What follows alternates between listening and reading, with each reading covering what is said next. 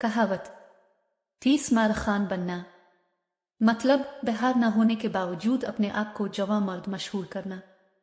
कहानी कहते हैं कि एक बुज़दिल और निखट्टू सिपाही को उसकी बीवी ने कह सुनकर तलाश रोजगार के लिए बाहर भेजा और बतौर तोशा एरा में लड्डू इसके हमरा कर दिए।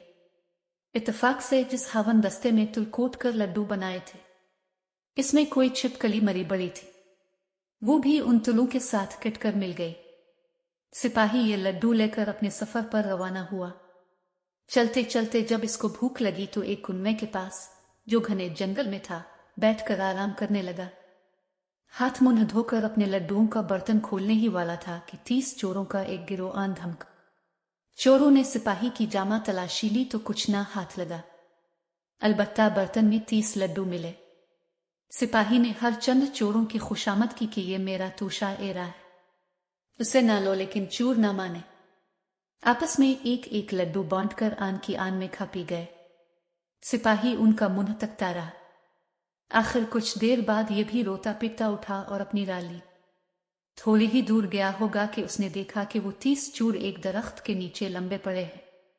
इनमें से कुछ सिसक रहे थे, कुछ बेहोश थे और कुछ मर चुके थे। सिपाही हैरान और परेशान हुआ कि इन सब को अचानक क्या हो गया है। ये सब बेसान गुमान कैसे मर गए। फिर सोचा जो होना था वो हो चुका, लाओ अब सबकी नाक और कान काट कर जमा कर लो। दाश्ते आयत बिकार। चुनांचे इसने सबकी नाक और कान काट कर एक रुमाल में बांध लिए।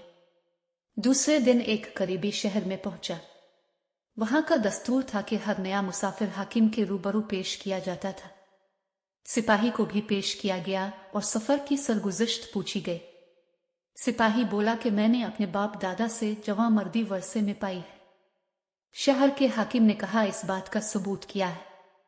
सिपाही ने इन 30 चोरों के कान और नाक हाकिम के रूबरू पेश किए। इत्तेफाक की बात के हाकिम शहर उन चोरों की कत्ल और गारतगिरी से बहुत परेशान हो चुका था।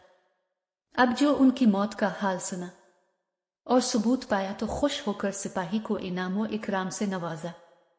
इनाम इकराम पाकर जब वो बाहर निकला तो लोग कहने लगे, हाँ भाई यही वो 30 मार खान है। बराह करम हमारे चैनल को सब्सक्राइब करना न भूलें और आने वाली नई और ताज़ा तरीन वीडियोस के लिए घंटी के निशान को दबाएं। आपका दिन अच्छा गुजरे।